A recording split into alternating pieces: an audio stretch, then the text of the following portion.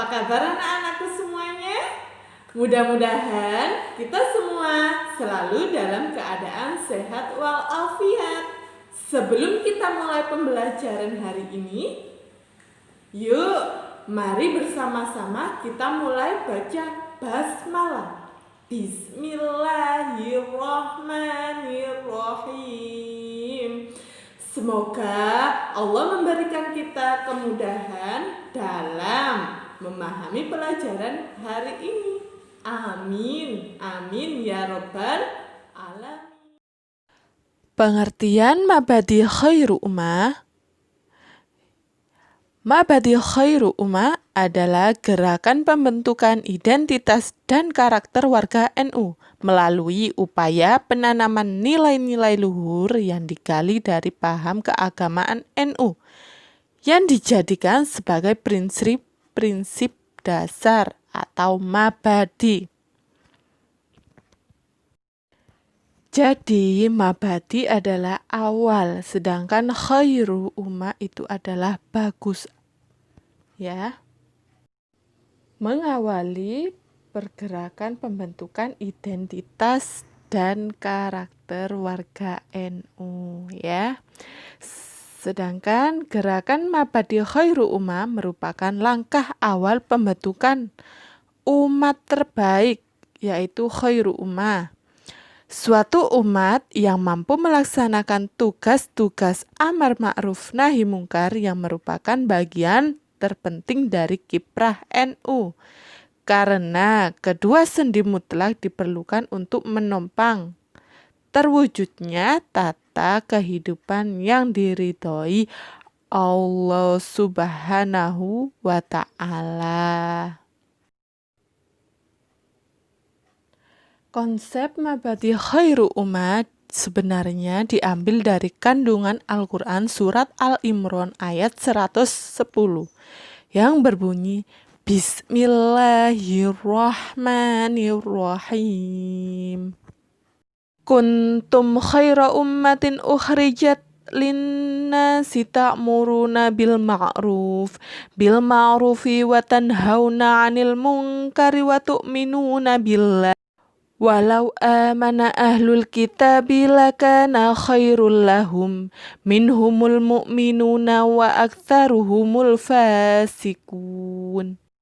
Yang artinya, kamu adalah umat yang terbaik yang dilahirkan untuk manusia, menyuruh kepada yang ma'ruf dan mencegah dari yang mungkar, dan beriman kepada Allah. Sekiranya ahli kitab beriman, tentulah itu lebih baik bagi mereka. Di antara mereka adalah orang yang beriman dan kebanyakan mereka adalah orang yang fasih.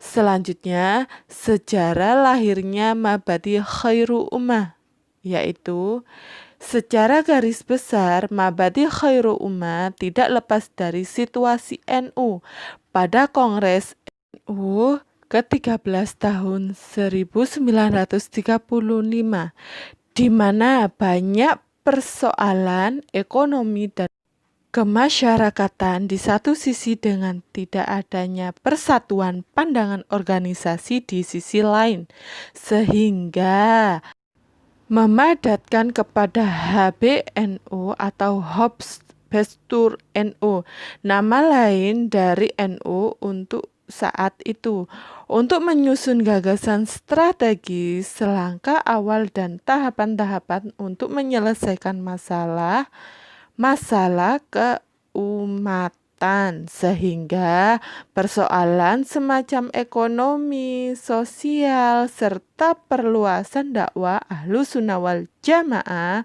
An-Nahdiyah memiliki pijakan sikap untuk dijalankan baik oleh pengurus maupun warga NU. Hasil dari momentum itu ialah tercantumnya 3 pilar. Yang pertama, as-siddiq atau jujur. Yang kedua, al-amanah bil ahad atau menepati janji. Sedangkan yang ketiga, at-ta'awun atau saling menolong. Pada musyawarah nasional, alim ulama atau Nahdlatul Ulama di Lampung pada tahun 1992, gerakan Mabadi Khairu Ummah kembali dimunculkan ke permukaan dan bahkan lebih dikembangkan lagi. Mabadi Khairu Ummah semula hanya berdiri atas 3 asas. Yang pertama, al-amanah atau al-wafa bil ad dan at-ta'awun atau sebagaimana dirumuskan oleh Kiai Haji Mahfud As-Siddiq selaku Ketua NU pada tahun 1935, kemudian dalam Munas di Lampung. Pada tahun 1992, 3 asas tersebut ditambah 2 poin lagi, yakni al-adalah dan al-istiqomah, sehingga menjadi 5 butir dan disebut juga sebagai Mabadiul Khairu Ummah. Nah, pada musyawarah alim ulama Nahdlatul Ulama di Lampung tahun 1992, yaitu dasar pemikiran adanya penambahan tersebut adalah perbedaan tentang situasi yang berbeda antara tahun 1935 dan tahun-tahun mendatang. Selain itu juga adanya perbedaan sasaran yang dicapai. Sasaran pada waktu itu hanya membentuk jati diri dan watak warga, sedangkan sekarang ini diharapkan sebagai modal dasar bagi pembentukan tata kehidupan baru yang lebih baik. Nah, dari sini sudah paham anak-anak dengan penjelasan yang tadi? Lah, kalau gitu Budia lanjut ya. Dari latar belakang di atas, maka para ulama memandang perlu pembentukan terhadap watak, sikap, perilaku umat dengan ciri khusus yang menjadikan warga Nahdliyin mudah dikenal. Sekarang butir-butir Mabadi Khairu Ummah. Yang pertama, butir-butir Mabadi Khairu Ummah yaitu as-sidqu, yaitu adalah kejujuran atau kebenaran adalah sesuai antara perkataan dan perbuatan. Jadi antara perbuatan kita dan perkataan itu harus sesuai. Yang kedua, al-amanah. Nah, dapat dipercaya, setia, dan tepat janji. Nah, yang ketiga, al-adalah adalah bersikap adil dan memberikan hak dan kewajiban secara proporsional.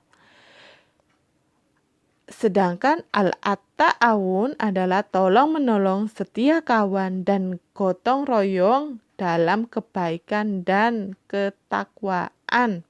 Yang terakhir, al-istiqomah, konsisten, ajeng kesinambungan, dan berkelanjutan dalam menjalankan muamalah baik terhadap sang kholik maupun terhadap sesama makhluk. Lantas, bagaimana implementasi dalam kehidupan sehari-hari? Tentu dilakukan di dalam segala aspek kehidupan sehari-hari. Sebagai pelajar pun kita harus mengamalkan Mabadi Khairu Ummah. Harus jujur, harus adil, harus amanah, dan at-ta'awun, serta istiqomah. Istiqomah dalam belajar, at-ta'awun tolong menolong terhadap sesama. Mana ketika kita dipercaya oleh guru, oleh teman, dan oleh orang tua, harus amanah. Dan juga harus adil serta harus jujur. Nah, itu dia implementasi dalam kehidupan sehari-hari. Nah, tadi itu video singkat dari Budia. Sudah paham dan sudah mengerti anak-anakku? Tentunya ya. Kalau gitu, Budia akhiri. Wassalamualaikum warahmatullahi wabarakatuh. Selamat belajar.